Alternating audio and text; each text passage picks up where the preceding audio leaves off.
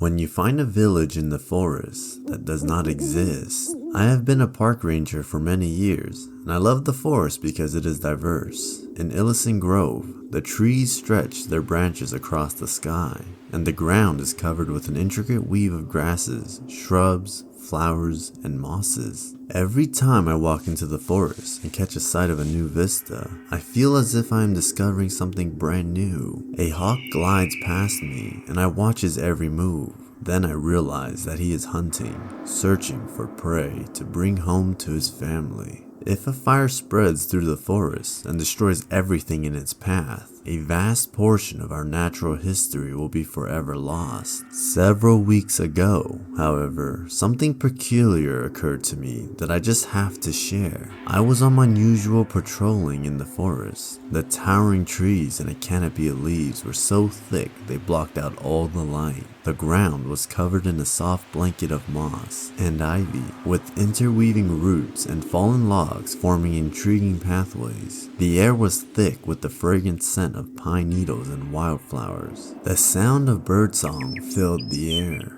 A deep silence pervaded the forest, broken only by the rustling of leaves, the gentle ripple of stream water, and the croaks and calls of various wildlife creatures. Every now and again, I could hear distant thunder rumbling in the distance, or twigs snagging underfoot. Everywhere I looked, there was beauty and serenity. As I ventured further into the woodlands by my quad, I noticed smoke curling up in the sky. My mind leaped with worry that a forest fire had broken out. With caution, I inched closer to the aroma of smoke and hid in the dense foliage. To my surprise, I spotted an entire village that was concealed from view until now. I couldn't believe there were people living in this remote area of the forest. A small, peculiar village was tucked away in the depths of the forest. The buildings were made of logs and stones as if they had been grown from the ground itself. The village was surrounded by tall trees, obscuring it from view. The people there moved slowly and cautiously, as though they were wary of being seen. A thin plume of smoke rose up into the air, indicating that a fire had been lit in the center of the village. A feeling of mystery filled the air around the village, and made me want to explore further. As I made my way through the bushes, the village seemed to have been untouched by the modern world. To my surprise, I was greeted by a group of friendly villagers who welcomed me with open arms. "Hello there, I'm Emma, a park ranger.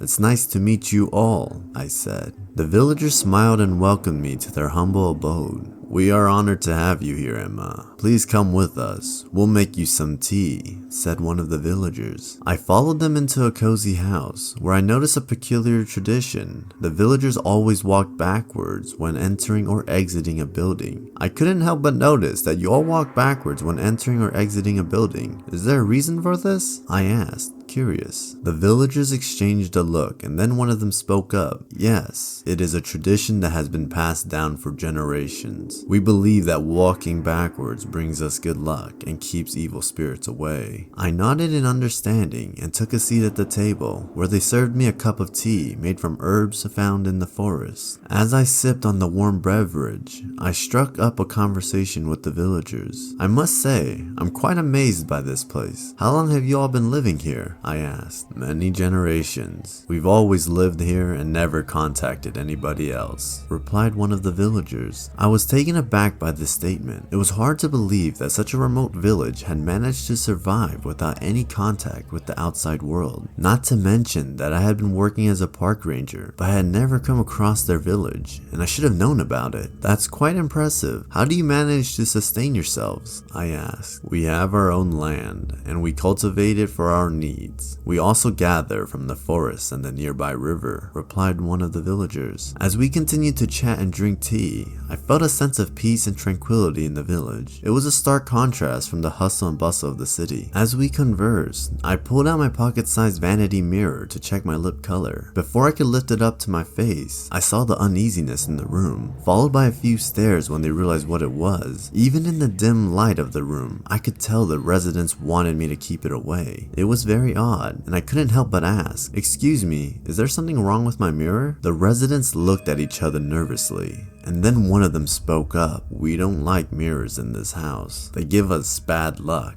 and attract negative energy." I was taken aback by their response, but I tried to hide my surprise and asked, "Really? I've never heard of that before. Could you tell me more about it?" The residents hesitated for a moment, but then they opened up and shared their beliefs with me. "In our culture, mirrors are believed to be a portal to another world, and they can attract spirits and ghosts. We avoid them as much as possible." I nodded slowly, trying to be respectful of their beliefs, but I couldn't help but wonder why they were so afraid of mirrors. I decided to change the subject and ask them about their hobbies and interests. As we talked, I couldn't help but glance at my mirror every now and then, but the residents kept their distance from it. It was as if they were afraid to touch it or even look at it. I nodded in agreement and left, still feeling puzzled by their beliefs about mirrors. It was a strange experience, but it was also interesting to learn about a different culture's beliefs and customs. After a few minutes, I accepted their offer to explore the tiny village. As I stepped out of the house, I immediately noticed something strange. None of the people in the community had shadows. Even stranger was that their footsteps made no sound against the pavement. I froze in place and watched them in amazement as they moved silently through the streets. One of the inhabitants noticed my confusion and approached me. "Is everything okay?" he asked. I hesitated for a moment, trying to find the right words. I couldn't help but notice that you and your community members don't seem to have any shadows, I finally said, hoping for a logical explanation. The inhabitant shrugged. "It's just the way we are. We've always been this way, for as long as we can remember." I was getting frustrated with his vague answers. "But how is that even possible?" I asked, trying to keep my voice steady. The inhabitant looked at me calmly. "We don't know. It's just part of our community's history and culture." I couldn't believe what I was hearing. It was like something out of a horror movie. I have to go," I stuttered, feeling uneasy. As I walked away, I couldn't shake off the feeling of dread that lingered within me. I had never experienced anything like this before. The more I thought about it, the more scared I became. It was as if I had stumbled upon a community of ghosts. I decided to do some research on this community when I got home. But at that moment, I noticed that one of the inhabitants was watching me intently. He approached me and introduced himself as Jackson. "I heard you were interested in learning more about our culture," he said with a friendly smile. "If you'd like, I could take you deeper into the village and show you around." I hesitated for a moment before agreeing. Jackson seemed nice enough, and I was curious to learn. He led me through the narrow streets, pointing out various landmarks and explaining their significance. We eventually stopped in front of a large building, and he explained that it was a temple dedicated to the gods of their community. It was a stunning sight. The temple was made of white stone and had intricate carvings all over its facade. The windows were stained glass, depicting scenes from ancient mythology. We stepped inside the temple, and I couldn't help but feel awed by its beauty.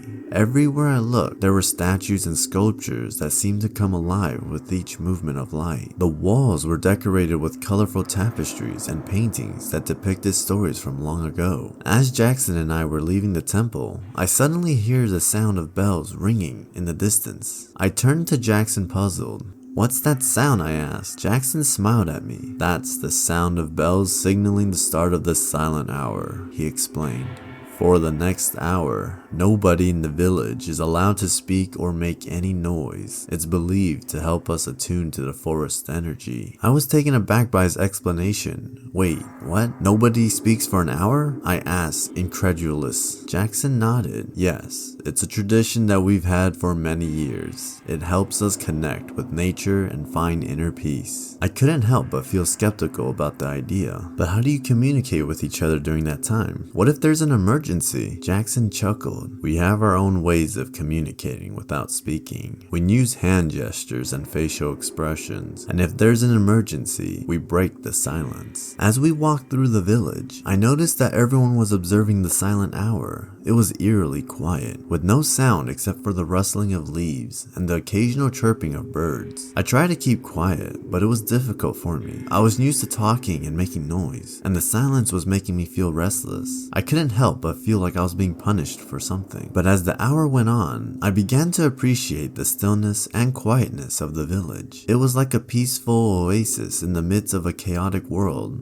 And when the hour was over, the villagers started to talk again. I felt a sense of relief and gratitude. Although it was strange and unfamiliar to me, I accepted the tradition and learned to appreciate the beauty of silence. It was a humbling experience that taught me to slow down and appreciate the present moment. After the end of the silent hour, the village returned to its usual liveliness. People were talking and laughing, children were playing, and the sounds of music filled the air once again. I spent more time exploring the village, admiring its beauty and talking to the locals. But as I spent more time with them, I began to notice something strange. The people in the village were somehow different from anyone I had ever met before. They spoke in a strange language that I couldn't understand, and their customs and beliefs were completely foreign to me. It was as if I had stepped into a different world, one that didn't seem real. The more I explored, the more I felt like I was in a dream. The village seemed too perfect, too beautiful, too serene. It was like a utopia, and was almost too good to be true. The locals seemed too calm, too peaceful, almost like they were under some kind of spell. It was as if they had no worries, no problems, and no conflicts. I tried to ignore my unease and enjoy the beauty of the village, but the more I looked around, the more I felt like I was in a surreal world. It was like a movie set, where everything was perfect and pristine, but it lacked the messiness and complexity of real life. As the day drew to a close, I realized that I needed to leave the village. It was too strange, too unreal, and I couldn't wait to go back home. As it was getting darker, I noticed that the eyes of the inhabitants seemed to glow subtly in the darkness. It was a strange sight, and it sent shivers down my spine. I turned to Jackson, who was standing next to me, and asked, "Why are your eyes glowing like that?" Jackson looked at me, a hint of amusement in his eyes. "Our eyes have always been like this," he explained. "It's a part of our biology. We can see in the dark, which is why we don't need any lights in the village." I couldn't help but feel creeped out by his response. "You don't need any lights? Because your eyes glow?" I asked, trying to make sense of it all. Jackson nodded. "Yes, that's right. And we don't sleep either. We believe that sleep is a waste of time and that we can achieve more by staying awake all the time." I couldn't believe what I was hearing.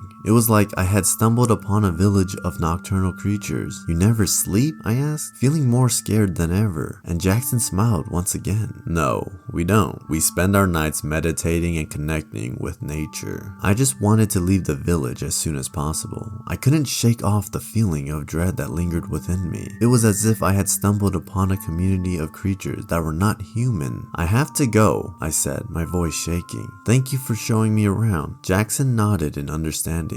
"Of course. It was nice to have you here. Come back anytime." I turned and walked away, feeling like I had escaped from a nightmare. The experience had been both fascinating and terrifying, and I couldn't wait to leave the village behind. I started running towards my quad, desperate to get away from the strange village. I felt like I was being watched, and I could feel the eyes of the villagers on my back as I ran. The darkness seemed to stretch before me, and the stars shone brightly in the night sky. The forest was dark and eerie, with twisted trees that seemed to reach out for me. The only sound was the rumble of the quad's engine and the rustling of leaves in the wind. The night was quiet and still, with no signs of life around me. As I drove deeper into the forest, the darkness seemed to close in on me, making it difficult to see what lay ahead. I could feel my heart pounding in my chest, and my palms were sweating on the handles of the quad. It was as if the forest was alive and was watching me. The only thing that kept me going was the thought of getting out of the forest and back to civilization. I had never felt so alone and vulnerable, and I was desperate to get out of there as soon as possible. As I arrived at the ranger station, I felt a sense of relief wash over me. I could see my colleague, John, sitting at the front desk, typing away on his computer. When he looked up and saw me, his expression changed from one of surprise to concern. "Are you okay?" he asked, noticing the pale and terrified look on my face. I shook my head, feeling too scared to speak at first. Then I took a deep breath and told him about my experience in the strange village. John listened intently, nodding occasionally as I recounted my encounter with the villagers. As I finished my story, John's grandfather walked into the office. He was an old man with a kind face and a gentle smile. He greeted me warmly and then listened to me as I repeated my story. When I was finished, the old man looked thoughtful. "I know the area you're talking about," he said slowly. "There used to be a village of Indians living there. They had a beautiful community with their own customs and beliefs." I felt a sense of unease creeping over me as he spoke. "What happened to them?"